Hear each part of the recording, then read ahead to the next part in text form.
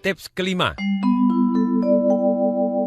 Kenapa orang kaya semakin kaya, kelas menengah bergumul terus, dan yang miskin bablas miskin?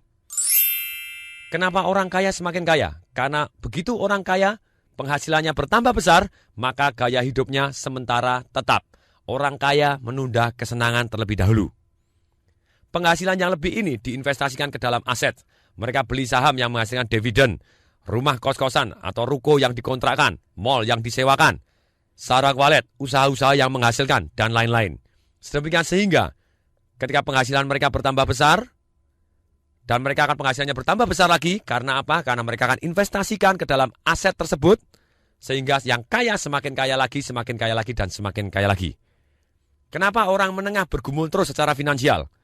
Ketika orang menengah penghasilannya bertambah besar, maka dia mencicil rumah yang lebih besar, mobil yang lebih besar, mobil yang lebih banyak, handphone yang lebih canggih, komputer yang lebih modern, televisi yang lebih besar, audio visual yang lebih canggih, dan banyak sekali uang untuk kewajiban mereka sehingga masuk ke dalam pengeluaran.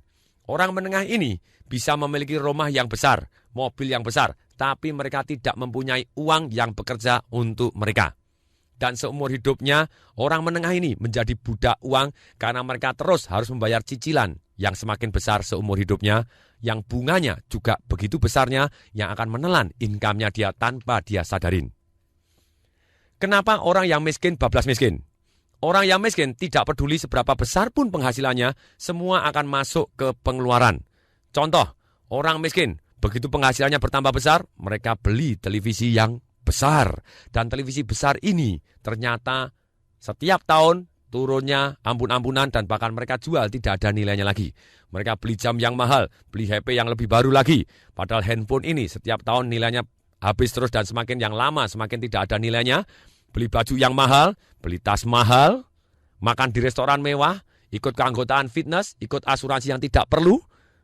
Nah, semuanya uangnya habis karena mereka tidak membuat peternakan uangnya. Asuransi perlu, tapi ada juga asuransi yang tidak perlu. Kalau Anda mengeluarkan asuransi yang begitu banyaknya, padahal Anda masih bujang, tidak punya tanggungan, tidak mempunyai utang, Anda terlalu boros di bidang asuransi.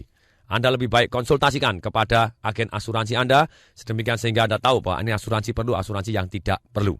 Pertanyaannya, bila penghasilan Anda bertambah besar, Anda belikan apa? Hal-hal yang menghasilkan uang lagi, atau hal-hal yang menghabiskan uang? Silakan dijawab. Anda yang tahu termasuk golongan manakah Anda? Orang miskin, orang menengah, atau orang kaya?